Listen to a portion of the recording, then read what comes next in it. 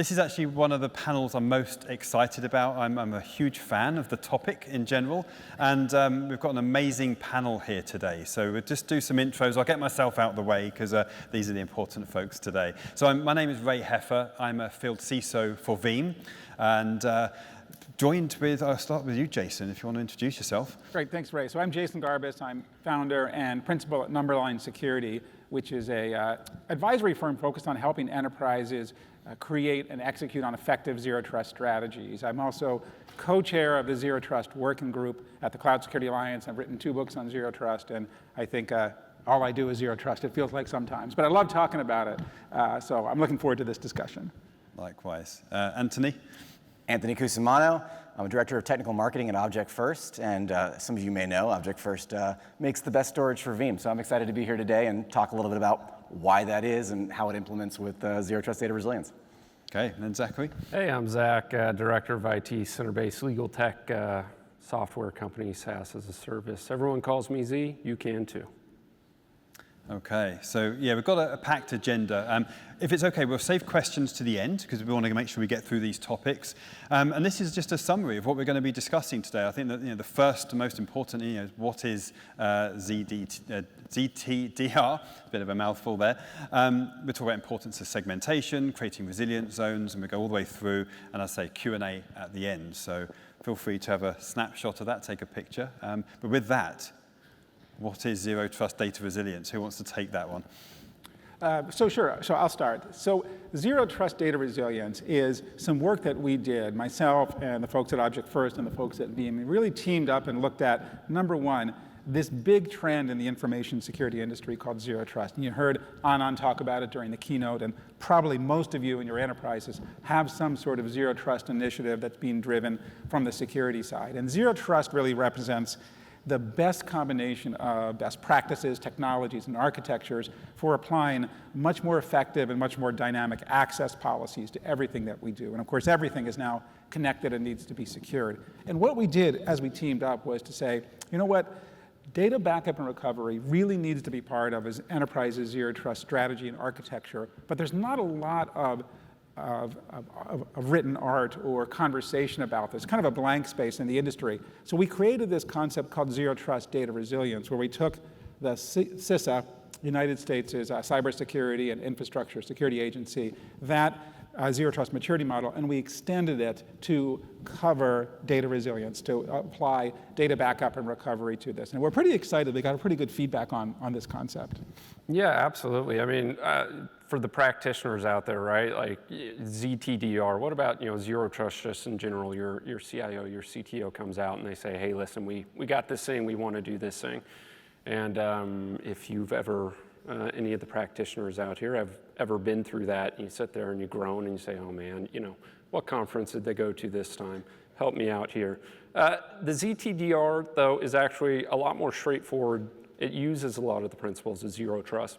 And it's actually pretty fantastic because as practitioners, again, you want this stuff to be simple, which is one of the pillars that I'm sure we're going to talk about. So it makes a lot more sense, at least for backup and recovery and data resilience than maybe zero trusted when your CTO, your CIO, your CISO, when they came to you and said, hey, we're doing this thing, and oh, by the way, I'd like it by 5 p.m. today, and you had to cancel all your plans. Yeah, for me, zero trust has always been such an interesting concept, just because from the idea itself, don't trust, it almost seems counterintuitive to what every admin in the world is programmed to do, right? You trust your admin, you assume that they have good intention, they mean well, but as we started to learn what zero trust was and then expanding it into zero trust data resilience, the idea became abundantly clear that reducing the amount of trust you give to anybody in your organization, admin or otherwise, and really honing in the privilege, which sounds complicated, but really isn't. And you'll see as we go through this conversation exactly how you can do that. Understanding how to implement each of these pieces and build something that will actually work for your Veeam infrastructure and put you in a much better security posture when you're done.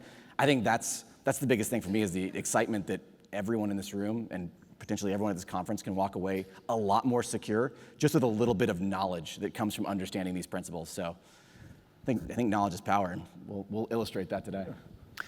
Just by the way, I'm a big fan of this diagram, the 5 pillars. I don't know if one of you could just talk about, for me, it's a way of navigating zero trust and where an organization is on the journey. But going from these 5 pillars into zero trust data resilience, could you just bridge that for us?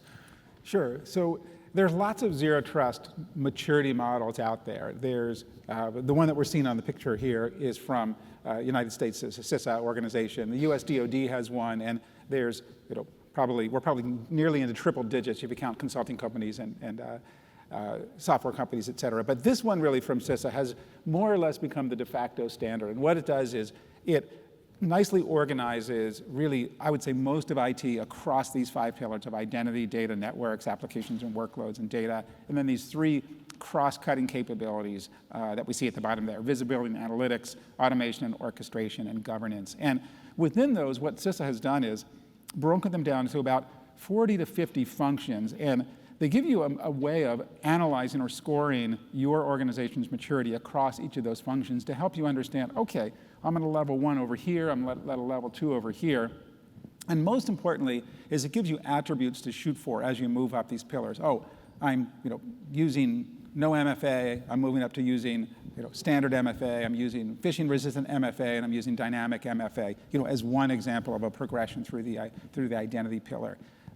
So it's a really nice way of framing this up, and it's imperfect. I mean, I've used it in practice, and I adjust it, and it's not perfect, but it's a really good starting point. I think it's going to lead into the principles that we're going to talk about next. Good segue for this next piece. Who wants to talk to this?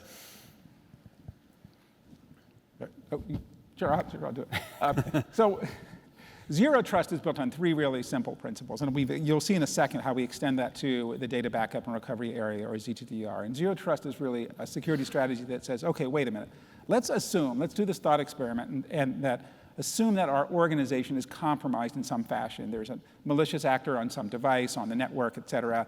Given that, we need to segment the access as much as possible so that we've minimized the attack surface, the ability for the actor to take advantage of something, and reduce the blast radius of an attack. And there's a world of difference between Anthony clicked on a link, he's got malware on his device, that's a bad day for him.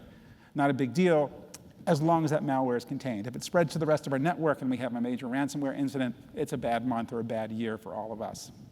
The second principle is this notion of explicit verification. We need to move to a default deny model. No access to anything, no ability to send network packets or make a connection unless your access is explicitly validated. You've been authenticated, and then you have a policy that's evaluated that says, yes, we know who this is, we know what device they're on, and we're going to grant them access. And even when access is granted, we need to enforce the principle of least privilege, which is the minimum possible access for any identity to do what they need to do to be productive, but really nothing more, to make ourselves resilient to all of the malicious actors that are out there. And then, yeah, go ahead. No, I was just going to say, that it really embodies, doesn't it, the never trust, always verify, is where it comes from the CISA model. I'm a big fan of this in my personal life as well. I think I drive my wife nuts, but I'm always assuming there's a data breach. I said, no, you can't give your ID to that company, and use an alias email, use password managers. But yeah, I don't want to go down that rabbit hole today. I want to see how you're verifying your wife that she's not a deep fake when she's calling you. Yeah, there's that as well. In fact, on that deep fakes, there was the congressman. You may have seen the video, it went viral, where he tells the story of his son that called him, said, Dad, I've been in a car accident, and it wasn't true, it was a deep fake. And he ended up getting conned out of, I think, $25,000 US. But maybe we should embody this in day-to-day life as well. Okay, so data resilience principles then. How does this extend into this?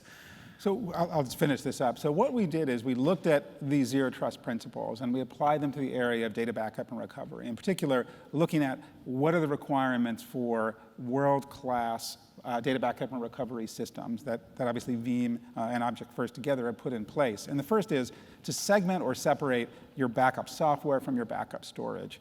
Clearly, if any one of those is compromised or has an incident, and is unavailable, the system needs to have the resilience so that the infection or the disaster can't spread. The second is our classic 3-2-1 or 3-2-1-0-0 backup rule, which is to support multiple resilient zones, to have the right trade-off between low latency and geographic proximity, as well as remote remote resilience to local disasters. We heard Tanika talk about their data center in City Hall that got flooded. Clearly, you can have the best backups in the world, but if we're in the same flooded data center, they're useless. So they need to have a backup and recovery system that easily supports multiple resilience zones. And then, of course, immutability, one of our favorite topics that we can't talk enough about that. So. Yeah, absolutely. I mean, when I look at it, many moons ago, there used to be kind of like best practices, but no one ever actually talked about them. And then they became accepted best practices. So, for example, having the segmentation, right?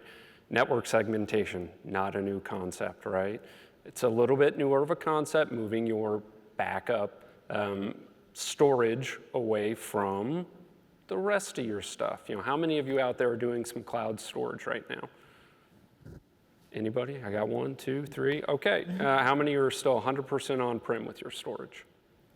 All right, 1, 2, 3, 4, 5. All right. So, like Jeff said, what happens when your data center has a bad day?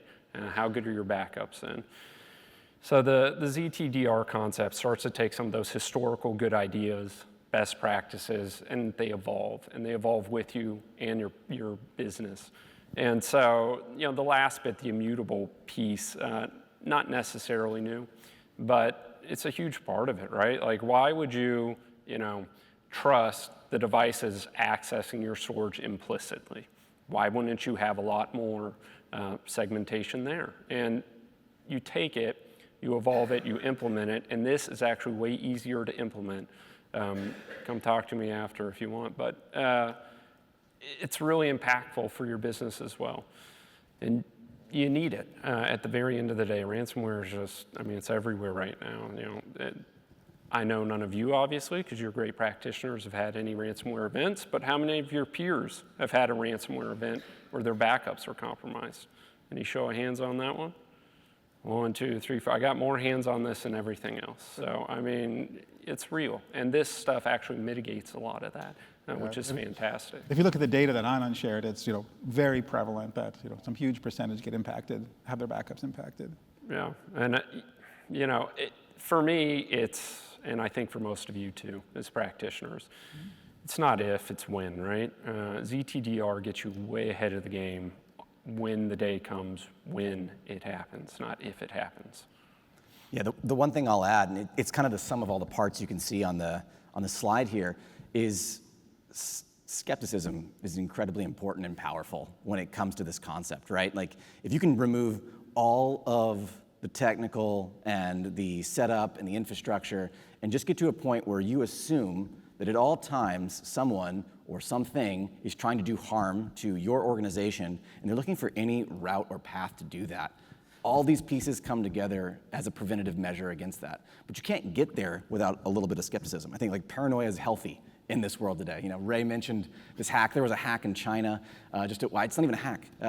Just a couple of months ago, there was an individual who was in charge of wiring money in and out of his organization, and CEO, CFO get on the phone with him on a Zoom of all things, and they both, look just like the CEO, CFO. He ends up getting asked to wire $2.5 million to some organization, and it seemed pretty typical for them. But this was actually a complete deep fake attack, and they ended up losing $2.5 million. And it's all because they were infiltrated by someone who was just pretending to be someone else, a little bit of deep fake puppetry happening there. And you have to have that level of paranoia. I would say, as businesses today, if we all work for a business and we work to protect a business, we need to think about who is trying to get access to the data inside of our businesses and what would they do with it. So coming in and creating a little bit of fear amongst ourselves, when you evaluate these things from that perspective, you realize each of these blocks builds to a best practice that actually helps prevent these kind of attacks from happening. If we act a little bit paranoid and we say, hey, is Zach who we think it is? We have a strange conversation, but verifying explicitly helps us get there. And this is something you could do right now. Every call you're on or every email you get, just, is this who I think I'm talking to? And that can be the first step of prevention. I think that in just general best practices, you really need to look at any business process and move away from, someone's verbally telling me this or I'm getting an email, to a much more robust system, such as no human being should be allowed to transfer $2.5 million just based on a Zoom call. That is really poor business practices versus we can have the conversation, great. Now you need to go to our service desk, which in order to get to, you need to be on a corporate managed device and have MFA, submit a ticket, and then when I get the ticket from that, then I can act on that. Maybe there's 2 people involved. This is the world that we live in, and it gets us away from those sorts of casual conversations that can turn into something very expensive. It can be a little bit painful too. Yeah, it's work, right? Like we're not telling any of you can just go download this and deploy it and you'll be good to go. Like this takes a mentality shift amongst ourselves, and we also have to go out and educate others as well. And that's an important part of this. Is it's not just the buy-in from you; it's the buy-in from your entire organization that we need to be more secure-minded, as well as have secure technology practices. It is. It's just friction, right? Yep. It's how many times am I on the phone with my wife or daughter helping them with something, and they get the one-time password and they tell it to me and we do it, but it's just what we have to do. Right. So basically what you're saying is I should call my wife and use AI to try and get a 2-factor code and see if she falls for it. I wouldn't recommend that. No, I don't want to do that. It's a great test for your organization, though. It is. If you could deep fake your own boss, then you've really made it. For sure. And I've got a question then, because I think there's some misconceptions out there that zero trust means don't trust your employees, but that's not what you're saying at all, is it? It's assume they've been compromised. Is that right? That's right. It's not about not trusting people. It's about not trusting packets and components on the network and enforcing the principle of least privilege and only allowing access after they've been verified. Okay. And maybe in the era of deepfakes, you do have to not trust this email or this image. So I have to ask, the deep fakes, we're hearing about the $2.5 million. There's the congressman that thought his son had been in a car accident, and I hate to say it, but I'm sure we're going to hear more of these stories. But when you first started working with this, did you even have deep fakes and AI in mind? Was that even on your radar? Because this seems to be a very good mechanism and a good framework of defense against this. No, it was definitely not. Yeah, not on my so mind. it's interesting how it's evolved. Okay, let's move on to some platform requirements then. You want to talk to environmental checks and balances. How do we get started here? So we talked about those 3 principles, and as you're looking for a solution that meets those, and clearly you want to have a solution that has all 3 of those, the 3 zero trust data resilience principles. But the other things to look at are, first of all, to make sure that you have the ability in your organization to proactively validate your backup and recovery processes. And you heard about that in the keynote. You saw Rick Vanover talk about that a little bit. And that's clearly the most important thing that you can do is when there's an incident or a disaster to make sure that you practice these processes so that it's effective. And then the second piece is to adopt a solution that is operationally, functionally rich enough for you to do what you need to do, but simple enough that you or your team can operate it. You don't want to buy a Formula One car. You have to maintain yourself if what you want is a Ford that takes you to the grocery store where you started by pushing a button. Yeah, I think, again, as all of you as practitioners, you don't want something so cumbersome that like the one guy who went through the training with the company actually understands how to recover your business, but oh, by the way, he went to Thailand for 2 weeks and he'll be back. Yeah. It's hugely important, the operational simplicity. The way we always kind of frame it at my business, I want the HR lady to be able to help recover our business. We leave the instructions, we have the plans. That's what I want, though. I don't want something where my best engineer is the only guy who can stand the business back up, should we need to get to that level. And one of the other things that is probably understated here, ZTDR can be remarkably simple, yet remarkably complex at the same time. When you bring in the simplicity, I still want the scalability. I still want all the fun features, the sophistication, if I want to use them. If I don't want to use them, that's okay, they can sit on the sidelines. But what I do need to know is that my data is safe, that when I need to activate my BCP or DR plan, it's not going to take a rocket scientist, thankfully, to go down that road. So it is, as we keep talking about it, and some of you have already been through it before, it's hugely important to keep your data safe, but it's also hugely important to be able to use that data when you need to get there. What's the point of, having all your backups, all your replications, all your everything if you can't use it? And what's the point of having all that and it's safe if you don't have the right people to use it in those situations, which is, somewhere where I think, Anthony, you might know a thing or two about a few of those items. Yeah, no, I like that you brought up the features and the people specifically, because you got my mind going. And I think the important thing to call out there is the HR lady, while it'd be really great if she can recover the data, probably doesn't need access to be able to delete it, right? And I think that's the conversation that we need to be having with ourselves and our teams writ large is who needs to be able to do what? And is a sacrifice of control necessary? And that's what no one wants to hear at the end of the day is, hey, I'm taking away privilege from you, but that is how you get to that next level of security where you can ensure that if Jason gets compromised and someone's using his account and they have his username and password, he's not going and wreaking havoc across all of our systems. It's only the little segmented pieces. And we apply that to data, or data backup specifically. What we can create through segmentation is really strong resiliency zones, right? So there are places that we know Jason can't get into our on-site storage, but he can get into our cloud storage. Zach can only get on-site. Once we have that level of granularity and verified personas set up, then you have a guaranteed recovery path. Now, what I'll say in addition to that is when evaluating specifically for solutions that you're looking to use, you gotta be careful, right? Everyone promises everything these days, and I think that's actually a bad thing. The more you have, the more risk there is. It's just more paths of entry and more ways that you can get in and do damage, right? The Zoom instance we mentioned earlier, that was a pathway that the bad actor used to get access to the money. Now, when it comes to backup, everyone here uses Veeam, so we all know that. That's a known entity. So securing Veeam, you're gonna know 10 panels, you're gonna get more knowledge on that today. But what about your storage? What about your network? You have to be cognizant of the other parts of your infrastructure, and are they simple, are they understood, and are they locked down to a point where either you or someone on your team can access these things when they need to, but not everyone else can. And that's critical, right?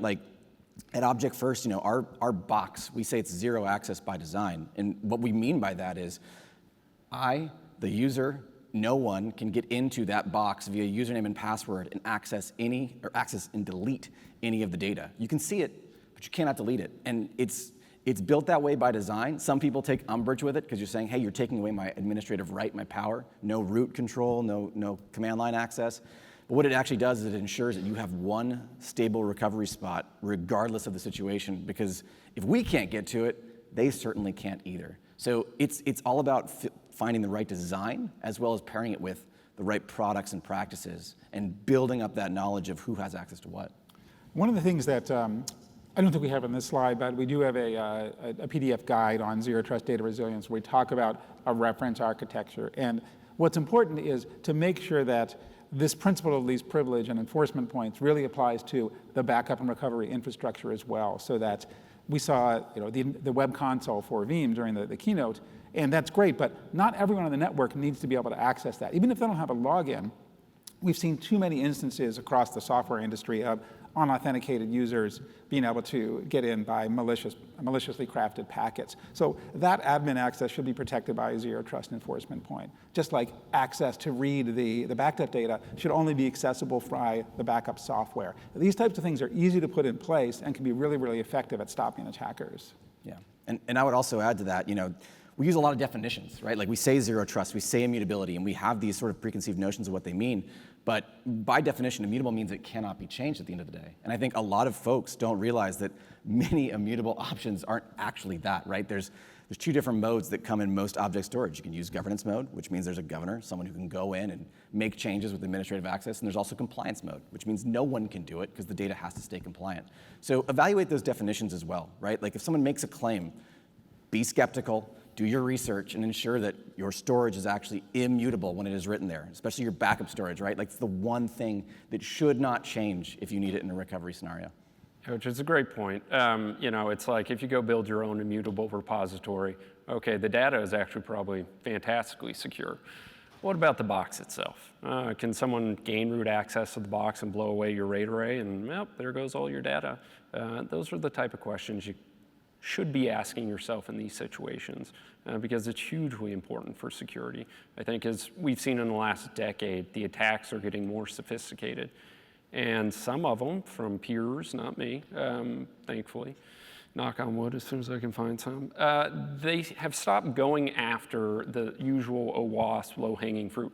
They just go right to your backups, and they neutralize your backups, and they compromise you, and you don't have anywhere to turn at that point. You are stuck in a bad place. And I don't know about most of you. Anyone in here planning on retiring one day? Show of hands. Anybody? God, I hope so. Not too many of you? All right, I am hoping to retire one day. So ZTDR is going to help me get there, mainly because I'm keeping my organization safe. We're keeping our data safe, and we're keeping it available. So there's a lot of different pieces there of that onion. And we're peeling it back one at a time, but as a threat actor comes in, guess what? They got to do the same thing. So again, I don't know for some of you, but I'm okay with losing a little bit of access at this point. I think I've had all the access I can handle for a long time. I'm now happy to kind of give some back in a non-joking way. I mean, it's just, some orgs, one guy holds all the keys to the kingdom, and that can be kind of scary.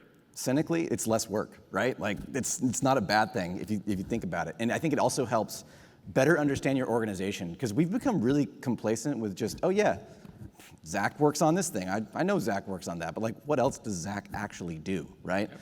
When you know your roles and you know what their privileges are, suddenly you have a view and an understanding that gives you so much more power when it comes to how do people get in. And the first bullet on this slide is something I'm a big believer in, is actually going through and writing things down. Who are your roles? What do they have access to? What don't they have access to? What routes can they go through to get data back? If we do 3, 2, 1, obviously we want to separate that out. We want to parse out who gets what privilege, but also test this stuff, right? Like, that's key. Because at the end of the day, if you have a great plan and you've gone through and you've built out something that you believe is zero trust data resilient, and maybe it is, but you've never tested it, when it actually comes time to put rubber to the road, I guarantee you it's going to take so much longer to refigure out this plan you've put together than if you go through the process of monthly, quarterly, whatever you can make work testing, actually going through, doing a recovery event, shut down all of your network access, see what segmentation breaks, lose access to, simulate losing access to different storage devices. How do you recover from the cloud? How do you recover from on-prem? Run through these scenarios, and you will find yourself, the average recovery time from ransomware is 3 weeks. The bad one is 3 months, right? So like, how much dollars loss is that for your business, and how much likely do you need to update your resume when that happens? Testing brings those numbers down, right? Like, we can lower the mean if we wanted to, and this is how you do it. You touched on something which is one of the first questions I get a lot of times when I'm talking to an enterprise about zero trust, which is, okay, this sounds great, I'll get this technology, and then I've got zero trust, right? I mean, well, no, you need to know who should have access to what. And what that means is you've got to understand your identities, you've got to have some reasonably good and hopefully improving identity lifecycle processes for onboarding and offboarding users and understanding roles. And you need to know what's on your network and what they need to get access to. If you don't have that, then all the technology in the world isn't going to help you. If you do have that, and this is an incremental journey, we all understand that, that's how you get to this notion of zero trust and applying it across your organization. I have a question for each of you that you've touched on this. And I don't know if anyone has seen it yet. We have our ransomware trends report just released of 2024. One of the areas this highlights is this gap between security teams and IT operations teams. And traditionally, it's the IT team that is responsible for backup. But when we talk about zero trust, I'm thinking of the security team. So it'd be great to get your experience and your views on this of where should this fall? And is there exercises, maybe tabletop exercises, is there any way of bringing these together? You mentioned roles as well. How are we going to identify this? Yeah, I think, at least for my group, I'll tell all of you the same thing I tell all of my group. Security is everyone's job. I can say the IT group where I'm at right now, they know where all the holes are.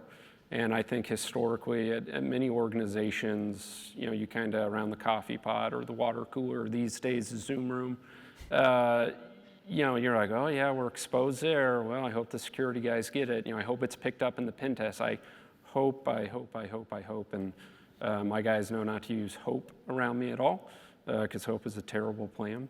So we engage and we collaborate. And we We know where the holes are. Everyone's encouraged to work together to bring that up to resolve those issues, because at the end of the day, a lot of times interdepartmentally not communicating what's really going on is what sinks a lot of ships. And there's no reason for it. Don't let politics get in the way of you having a job. Politics will cause you to generate a new resume. So from the practical side of things, yeah, absolutely there is a gap. I think there's always been a gap. I don't really get it. Both groups report to me where I'm at, so we don't have a gap as far as I'm aware. And I think at every organization you have to break down those barriers, because it will bite you at the end of the day in a bad way.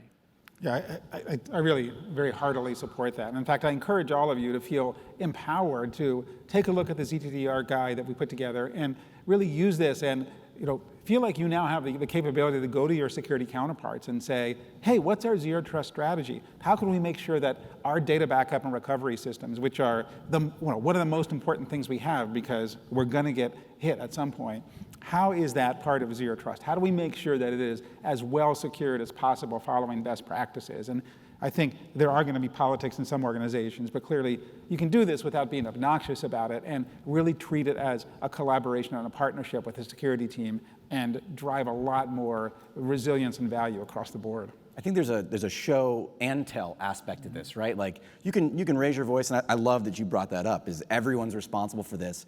Don't hope, go out and have a conversation. But this benefits everyone, right? Like I think as IT people, we can often find ourselves being a little bit, segmented ourselves, right? Like we like to hang out with our people, hang out with our peers, we go to the events like Veeam, but we do need to know what everyone in our organization's up to. And the perfect example is your company might have a Confluence or some kind of wiki that holds all of the information for your company, right? Like what a great place to go learn about all the holes inside your organization. So just, think about knowledge is power, who knows what, and maybe I need to get outside my circle. I need to have some more conversations with people I wouldn't normally talk to, and ensure that their orgs, their departments are at least security-minded, security-oriented enough to be able to help with the process, or to identify places where there could be gaps and holes beyond just what's in our purview. Okay, so can we piece this all together? So we'll go actually open to questions after this, but how are we going to put all this together? So one of the things to look at is I think all three of us are really very practical and are focused on, okay, let's just get things done. So really some general recommendations, which we expand on in the ZTDR guide, is, today, ask yourself, literally today, right? Sit there and take 5 minutes and ask yourself some questions. In our organization, in my organization, do we have any of these concepts in place around segmentation, around multiple resilience zones? How do we have our backups being immutable? And then tomorrow, or maybe next week, right? Get your mind around ZTDR being an iterative approach that you can put in place a plan for, over the next few weeks and few months. Engage with your security team, proactively validate your recovery processes, and then evolve over the long term to look at how can and should we evolve our infrastructure. Do we need to deploy additional software or technology, either on the backup side or on the security side, to get to this? Yeah, at my group we have same concept, different terms, now next to Nirvana. So where do we want to get to in a perfect world? Where are we at right now? What's it going to take to get to the next step? And I'm just going to spoil it for you all. You're always stepping between where you are now and where you want to get next. Nirvana is what you're always chasing. I'm not sure you ever actually get there, but the process is sound. And again, for most of you, you've probably done some of this before in different iterations of segmenting out different parts of your environments. You start somewhere and you start introducing the granularity, and you start breaking out the security, you start defining, and then you evaluate where you're at. And be honest about where you're at, all right? Don't lie to yourself, you don't have to. And then you start over again. You just keep chasing that down and refining and refining. Eventually you do get there though. You get pretty close to Nirvana. You never quite get all the way, but you might get to the driveway where the gate is, So it's important to look where you are today, and you can do this in your teams if you have teams, and where do you want to go? How are we going to get to ZTDR? And then long term, what's really our goal here? And that's the important part. I mean, you said it earlier. I think nirvana is retirement in this example, or it's death. I don't know. It's one or the other. But I do love that approach, and I would also say what we're telling you today is good for today and maybe the next few months. But things change, right? Like that's the one thing we haven't really talked about is ZTDR. This whole concept. This is an evolution of zero trust. That doesn't mean that if you absolutely go home and nail this, and you call up Jason and say, hey, Jason, we did zero trust and we did it 100%, you're still not good, right? Like there's always going to be more to be learned. So staying up to date, ensuring that when it comes to security best practices, it's not a one and done, we've done it.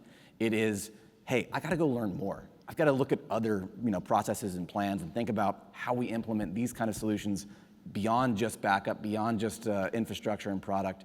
It's a never-ending mindset, and I think retirement is nirvana in that case. Absolutely. Yeah. Yeah, and it's always important to consider, again, as practitioners, you guys know work's never done. The industry, the environment, all the threats are always changing. Yep. And you're going to be engaging with that for the rest of your careers, but you kind of knew that when you got into it as well. So it's both exciting and terrifying at the same time. It is, and I think that the fact that zero trust is such a big trend in the industry is also an opportunity for all of us as practitioners to grow professionally, to engage with the security team, to learn about that, and to share your success stories. And I think that that's something the industry really needs is success stories, because Lord knows we have enough bad news in the newspapers around this. But as you go through a zero trust journey, as you apply some of these principles, submit at conferences, submit a speaking proposal here or any of the other, some of the bigger security conferences. We love, the industry in general loves hearing enterprise success stories as well as lessons learned and mistakes made. I mean, we all have the opportunity to learn from each other here. Just on that one, we've got a few minutes left, so we can open for questions. So I'm going to ask the first question, if that's okay. Actually, a question for you in the audience. Who is on that journey of zero trust and perhaps has hit obstacles or hurdles along the way? Anyone got stuck?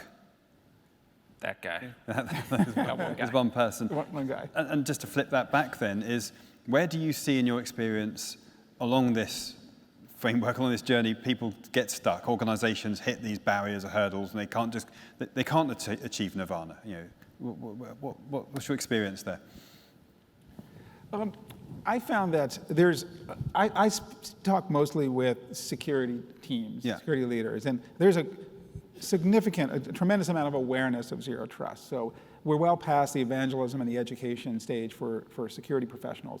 In many cases, they really don't know how to get started because they are trying to drive it as a security-only initiative. And that can be successful, but it can be an uphill battle. And when I'm working with those customers, what I do is I advise them is, okay, we love our technology, we love those 5 pillars, we love deploying solutions, but we needed to look at this from a cross-pillar perspective. How do we deliver business value quickly?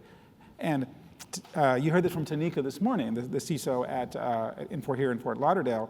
You've got to connect to the business and understand what type of business value a zero trust initiative can deliver. And there's lots of ways to do this, such as, hey, we want to move from traditional authentication to cloud-based passwordless biometric authentication. That'd be a big win for your users. We want to move to a bring your own device. Great. Our organization maybe does a lot of M&A. We want to be able to accelerate those integrations from acquired companies, and that'll save us millions of dollars. We want to move to network transformation. We want to move to the cloud. There's going to be lots and lots of business initiatives that are going on, and everything that happens nowadays needs security. So it's an opportunity that's often the biggest way to eliminate obstacles is to tie this security initiative to delivering business value. Mm. Yeah, I think from where I see a lot of hang-ups is, you have your practical, your theory, right? And, you've got zero trust data resiliency, and someone gives you that white paper and you say, great. How am I going to implement this? Like, what's the practical application of this actually look like? Because zero trust by itself, practically implementing that on a legacy application somewhere, maybe you have some massive tech debt you're currently dealing with. Good luck, right? Like, that's a huge lift.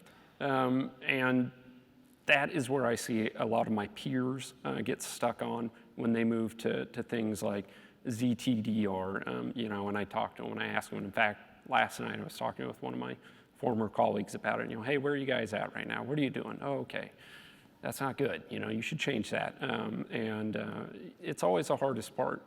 Budget cycles always come into play for doing some of this stuff. Personnel always comes into play for doing this stuff. I mean, it's can be a large lift depending on where you're at and which organization you're at. I do have some good news. I mean, Yeah, please. I hope so. there's a bright light at the end of this tunnel.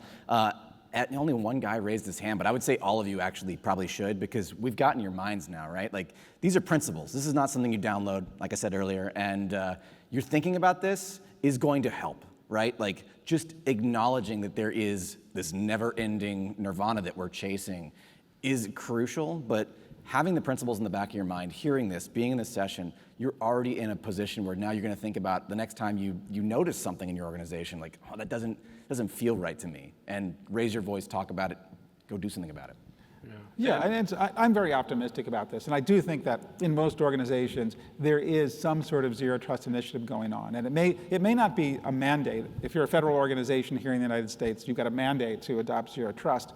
Most private sector organizations are somewhere between a strategic driver and maybe some curiosity that the security team is trying to drive. But chances are, you start asking questions, there will be one or more people who's involved in a zero trust initiative internally, and that could be something pretty exciting and interesting to get involved with.